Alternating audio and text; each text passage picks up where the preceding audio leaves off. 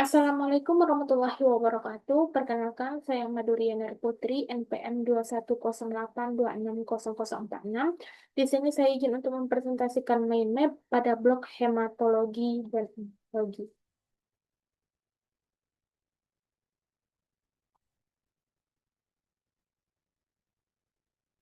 Baiklah, di sini saya izin untuk mempresentasikan mind map yang berjudul anemia. Nah, anemia, yang pertama saya akan membahas tentang definisinya dari anemia itu sendiri, di mana untuk definisi dari anemia itu sendiri merupakan suatu kondisi medis dengan penurunan jumlah sel darah merah atau hemoglobin di bawah batas normal. Kemudian, dia akan menyebabkan berkurangnya kapasitas darah dalam mengangkut oksigen menuju ke jaringan tubuh. Untuk epidemiologinya sendiri, prevalensi dan distribusinya itu, anemia umum terjadi di seluruh dunia, terutama di negara yang berkembang. Kelompok yang rentan itu termasuk anak-anak, ibu hamil, dan juga lansia. Berdasarkan WHO, itu melaporkan prevalensinya itu sekitar 30% dari populasi global. Kemudian, resiko lebih tinggi pada wanita usia reproduksi dan juga nutrisi yang kurang. Untuk etiologi dari anemia, itu penyebab utamanya itu adalah kekurangan zat besi, kemudian defisiensi vitamin B12 maupun asam folat. Kemudian juga disebabkan oleh penyakit kronis, pendarahan, kemudian kelainan genetik seperti talasemia. Kemudian ada faktor penyebab spesifiknya itu seperti infeksi parasit pada malaria, kemudian gangguan sumsum tulang dan juga hemolisis. Faktor resiko dari anemia sendiri itu ada faktor internal dan juga ada faktor eksternal. Untuk faktor internal sendiri itu bisa disebabkan oleh kehamilan, menstruasi berat, dan juga kondisi medis tertentu. Untuk faktor eksternalnya itu pola makan yang tidak seimbang, sanitasi buruk, dan juga kondisi sosial ekonomi yang rendah.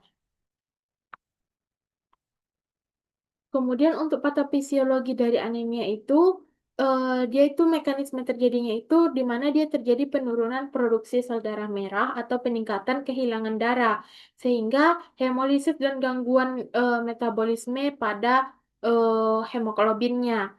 Dampaknya pada tubuh terjadinya hipoksia jaringan, karena sel darah merah inilah yang membawa eh, oksigen menuju ke seluruh tubuh atau menuju ke jaringan. Jika sel darah merahnya itu produksinya itu menurun, maka oksigen menuju ke jaringan tersebut akan berkurang sehingga akan menyebabkan hipoksia di jaringannya. Sehingga dia akan meningkatkan kinerja jantung dan juga akan terjadinya perubahan metaboliknya. Kemudian untuk klasifikasinya sendiri, anemia ini berdasarkan ukuran sel darah merahnya itu diklasifikasikan menjadi tiga. Ada anemia mikrositer, kemudian ada anemia normokrom, eh, kemudian ada anemia makrositik, kemudian atau makrositar. Berdasarkan penyebabnya, itu anemia itu diklasifikasikan menjadi anemia defisiensi besi, kemudian anemia megaloblastik, dan juga anemia hemolitik, kemudian anemia aplastik. Nah, anemia itu dari anamnesis biasanya dijumpai riwayat klinis seperti gejalanya itu lemas, pusing, kemudian sesak napas. Untuk riwayat pendarahan, diet maupun penyakit penyerta lainnya. Em, Biasanya juga ditanyakan kebiasaan makan pasien, kemudian riwayat di keluarganya, dan juga faktor risiko di lingkungannya. Apakah sanitasi buruk, dan lain-lain. Kemudian apakah di keluarga memiliki riwayat yang sama, kemudian atau dulunya pernah mengalami riwayat ini atau riwayat yang sama sebelumnya. Kemudian pada pemeriksaan fisiknya, tanda klinisnya itu biasanya pucat, kemudian takikardi, dan juga disertai dengan splenomegali. Pada pemeriksaan tanda vitalnya itu biasanya dijumpai juga pucat. Kemudian pada eh, pemeriksaan penunjangnya itu dilakukan pemeriksaan laboratorium darah di mana dia akan melihatnya juga kadar hemoglobin, hematokrit, kemudian jumlah sel darah merahnya, kemudian pemeriksaan besi serum atau serum besi, kemudian ferritin dan juga pemeriksaan vitamin B12. Kemudian pemeriksaan lanjutannya itu bisa tes hemoglobin, elektroforesis dan juga tes fungsi ginjal maupun bone marrow biopsi. Kemudian untuk tata laksana dari eh, anemia itu tata laksana farmakologinya itu terapi obat berupa suplemen zat besi baik oral maupun intravena jika anemianya itu anemia defisiensi besi. Kemudian vitamin B12 dan juga asam folat sesuai kebutuhan jika anemianya itu anemia asam folat maupun anemia karena defisiensi vitamin B12. Kemudian ada terapi penyertanya itu bisa diberikan antibiotik jika ini disertai dengan adanya infeksi. Kemudian transfusi darah jika anemianya itu sudah anemia berat.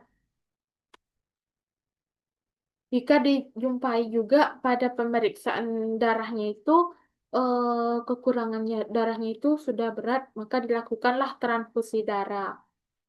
Kemudian ada tata laksana non farmakologinya itu perubahan gaya hidup di mana diet seimbang kaya zat besi, vitamin B12 dan juga asam folat. Kemudian juga pengobatan penyebabnya dan juga edukasi. Adapun beberapa komplikasi dari anemia tersebut adalah seperti gangguan jantung, adanya kelelahan yang kronis, kemudian penurunan kualitas hidup. Kemudian ada komplikasi juga jika terjadi pada ibu hamil, anemia ini dapat menyebabkan keguguran, kemudian keterlambatan perkembangan pada anak. Untuk prognosis dari anemia sendiri itu tergantung pada penyebab anemianya sendiri, tingkat keparahan anemia yang terjadi, dan juga respon terapi eh, respon terhadap terapi anemia yang telah diberikan. Kemudian secara umum itu prognosisnya itu baik jika penanganannya itu tepat dan juga penyebabnya itu bisa diatasi.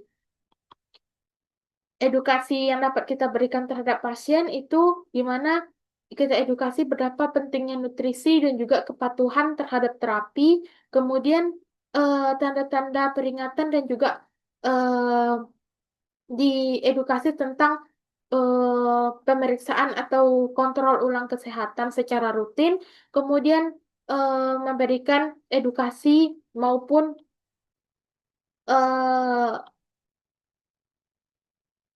pencegahannya, di mana untuk pencegahannya eh, u- itu pemberian suplementasi zat besi pada kelompok risiko tertentu, kemudian perbaikan sanitasi maupun edukasi kesehatan masyarakat. Kemudian untuk ibu hamil dan balita itu ada program gizi ibu hamil dan anak balita di puskesmas. Itu merupakan penjelasan dari saya tentang anemia. Nah, untuk materinya sendiri itu saya ambil dari beberapa buku dan jurnal. Itu dari Fauci et al. Tentang kemudian dari buku, kemudian tahun 2018, kemudian dari buku Ajar Ilmu Penyakit Dalam, Kemenkes edisi 6 tahun 2020, kemudian dari jurnal Smith et al di mana Journal of Hematology tahun 2023 dan juga dari jurnal Putri et al tentang epidemiologi of anemia in Indonesia, Indonesia Medical Journal tahun 2022. Baiklah, lebih dan kurangnya saya mohon maaf. Wassalamualaikum warahmatullahi wabarakatuh.